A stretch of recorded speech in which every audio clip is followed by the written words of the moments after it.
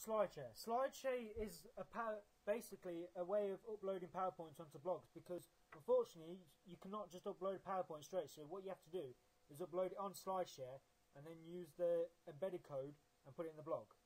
SlideShare is, well, it's a very useful tool, except however I did not use it that much, because to be honest I find PowerPoints a bit boring, so I didn't really use it. But it is great for uploading PowerPoint. The only problem is that you can't really, well, it doesn't show animation on PowerPoint, so it's a bit weak really. For example, if I go to my uploads here, and you can see all the things I've uploaded. I've uploaded my rock mood board onto here, and as you can see, you view it. All it is basically a way of uploading your document, and then it's as simple as that. You just copy the embedded code as shown and just put it straight into the blog, as you do with all the YouTube clips. Create no post, put it in, label it and everything, and then it works. You're able to view the PowerPoint. However, the only problem is it's, well, basically, as I said, you cannot use animation, so it's a bit, well, not very good. I do find it easy to use, however, I didn't use it as much as I wanted. As you can see here, view again, it's obviously a great way of viewing PowerPoints on the blog, but I prefer to use something else like Animoto and Prezi because I find them more useful. But it is a good piece of technology to use. But I used it a little bit, but I didn't use as much as I should have really. But it is a good piece of YoWindow. This was probably the best piece of software that we used, because this helped us plan basically when we were going to film. It's basically a weather forecasting thing, and we used it to help us plan when the moon's coming, because one of our original ideas was to film with the moon out, and this basically forecast would tell us which would be the best day, and basically this decided when we were going to film. To put it onto the blog, all we did is go on here, free widget for the blog, and then if you just select the location, obviously United Kingdom, and then Leicester, of course, and then it will come up with a little thing of the actual live thing for Leicester. And then if you scroll down, you'll see that there's this HTML code, and all we want to do is copy that, go to the blog, new post, of course, and then just paste it in, and then label it whatever. And then once you view it, you're able to view on your blog exactly what the weather is like, which I think is brilliant because it helps us basically know render times. And as you can see here, it comes up with the exact weather, and it tells you the temperature. It gives you about a 7-day forecast, and, well, snow. So we were able to know exactly what the weather was going to be like. It wasn't always accurate, but it was fairly accurate. Without this, we would have had to rely on other forms of this, such as the TV and the online weather. But we thought this was fantastic because it was on a blog and easy to access and very good to use. And if you click on YoWindow, it takes straight to the website, and then you can change it or do whatever you want. But it's probably the best piece of software that we used. Booble is another good piece of technology to use. I used it for like brainstorming ideas. Like for example, we used it for showing ideas for like names for our music band. For example, all you do here is click on the little logo and then you type in here. For example, Leakin Pipe. And then all you do is click on here again, there, and then you create another one. And then for example, we used Rich Arnie.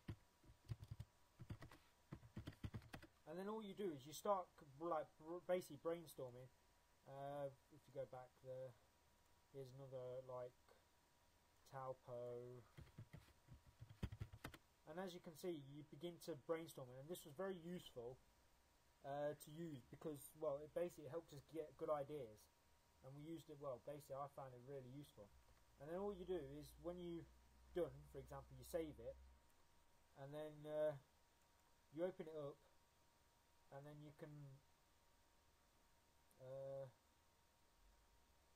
close that. Sorry.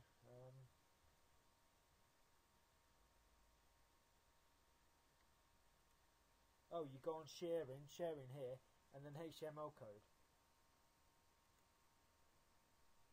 And then all you do is copy the HTML, and then you go onto Blogger, obviously, and you should be able to paste it in there. and then it should work. And then if you view it, it comes up and then you're able to view it like it here.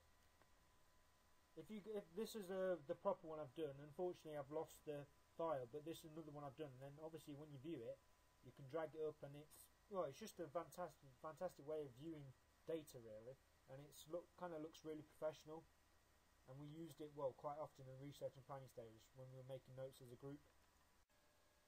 MSN was as a group basically our best way of talking to each other, because we used it when we were out of school and we wanted to discuss ideas with each other. So for example, if we were at home, we'd text each other and say go on MSN and we can discuss issue about planning, research.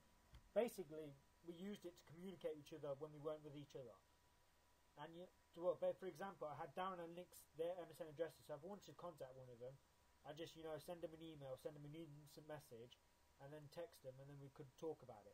We use this quite often because we normally go on MSN anyway, so it was a good way of communicating well with each other. Without MSN, it would have been kind of difficult to talk to each other at school, because we'd have to text and that.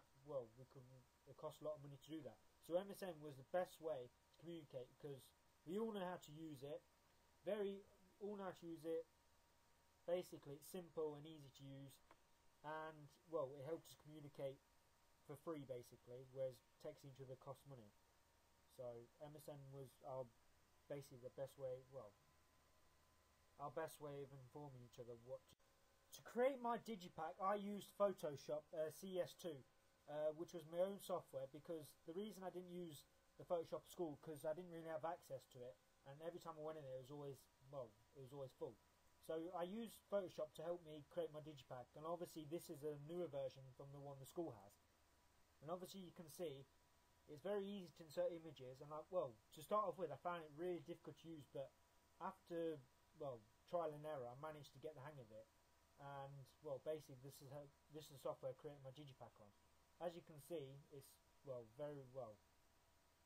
Brings up all the documents you need, and you can see that this is my if I scroll down, you'll be able to see this is my digipack that I created on Photoshop. And then all I did is managed to save the image as a Photoshop image, which meant that I could then come back in and edit the image. I also saved as JPEG, which was what then I put onto my blog, as you can see on the blog. I also found the Photoshop, I found it good the way that you were able to blend the thing in, and as you can see, for the top half I managed to blend them into an image of my own taken in the background. Also,